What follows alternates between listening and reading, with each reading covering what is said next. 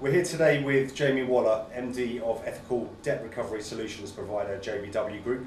You may recognise Jamie from TV shows such as Enforcers and Beat the Bailiff. Jamie's JBW Group is set to turn over £15 million this year. First of all, Jamie, thanks very much for joining us today. Thank you. I'll fire straight into the questions if that's okay. First and foremost, do you think consumer debt, obviously consumer debt is a huge issue in the news this year. Do you think consumer debt has got significantly worse over the last 12 months? Yeah, absolutely. I mean, people just can't afford to pay it back anymore, right? Unemployment's at its highest, and people have still got bad spending habits. It's a shame, but it's reality. And as the founder of the JBW Group, I'm sure that you've had plenty of testing situations. How do you go about controlling situations and stay calm when perhaps you're in a volatile situation? Yeah, well, you know, we run a firm of bailiffs, so we're in contact with people in weird situations daily. But the main thing is we train all of our staff to be more sales driven than debt collection staff, you know, so we get away from that confrontation. So we've got really good charismatic people trying to convince people that actually, you know what, it's now time to pay, so just pay up. And with that, people kind of react well with that, you know, because they realise that we're not the bad people, we're just an agent acting on behalf of a creditor that's owed money, having to collect it from a debtor who owes it. And Jamie, I believe you started your first business at the age of 16, a window cleaning brand in South London, I do believe. Yep, I was a window cleaner for a few years. I have to say that I built it up to get others cleaning windows for a while, and sold that off and went into a dodgy car salesman, I guess you could say. I had a car sales yard over in South London for a few years too. But yeah, business is really in my blood, you know, it's what I've done since a very young age, and it's what I love. Mm. And was there someone or something that was your mentor or helped you when you were first starting out?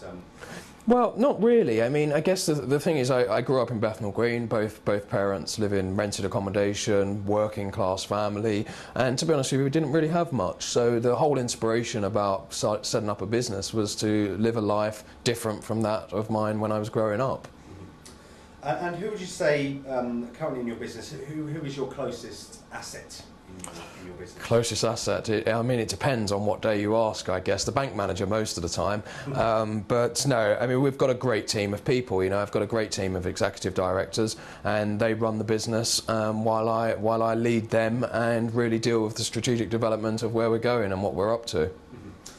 And you've starred in several TV shows, the likes of Enforcers, Beat the Bailiff, bailed out by the bailiff in the future potentially. Does being on TV make you more or less approachable to members of the public? Actually, more approachable, because, you know, people do recognise it. I mean, some of those shows, certainly one of them had 11.4 million viewers, you know, more viewers than I'm a Celebrity, Get Me Out of Here. So when you're being watched by somewhat, you know, 20% or 30% of the country, you're going to be recognised, and people actually see a real side to you, so they don't see that this is just a bailiff, because they've been into my house, they've seen what I do over weekend, etc., and that really helps. And it helps with business development too, because I go into a new sales meeting and people feel that they know me. Mm-hmm. And your company's obviously grown hugely over the past few years. I think set to turn over £15 million this year. What does the future hold for the JBW Group in terms of how do you see your company growing? Would you be looking to expand perhaps into different business sectors over the coming years? Yeah, I mean, it's always on the tip of the tongue, you know, what should we do next? But the truth is, what we do very, very well. We're the best at it in the UK. So more of the same is the immediate business plan, certainly for the next 2 to 3 years. And we've got an aggressive plan. We've grown by 34% this year, and we've got plans of growing by 40% next year for the next 3 years. So the aim is to become the UK's largest debt recovery provider, and we'll get there. Super. And what is it that makes JBW different to other bailiff operations? Just honesty, transparency. You know, our strapline is a trusted approach. There's that old saying, you know, no one got fired for hiring IBM. Well, that's the motto that we drive by. So what we say is actually, if you employ our services, We will do the right thing. We won't do things wrong. And you see other bailiff companies splashed all over the national press every weekend for doing something wrong. We always try to prevent that from happening at JBW. Super. And what is it that gets Jamie Water out of bed in the morning? What are your motivations? Business, I mean, just being involved, you know, the people, the ups and downs, the figures, what's going on, because it's so subject to change all the time, and that's really exciting. You know, I just don't know if I could do a 9-to-5 job where there wasn't an element of risk involved in everyday life. And I'm sure you've had plenty of challenges in your business. What would you say is the most challenging confrontation that you've ever come across? How did you handle that confrontation, and did it change your outlook towards business and indeed perhaps life as well? Yeah, well, it's actually, it sounds very fickle, but it does affect you, but just for a few days because you get over it. But yeah, I've had lots of confrontation. I was held hostage in Leicestershire by someone at gunpoint and was in their house for 6 hours, you know, and I remember coming out of that property along with a bunch of armed police, thinking, this is it, I've had enough of this. But, you know, a week goes by and unfortunately another thing's happened and you forget about it. I mean, there's some real nasty people out there and they react badly to bailiffs attending, and it's a real shame, but the reality is they end up paying.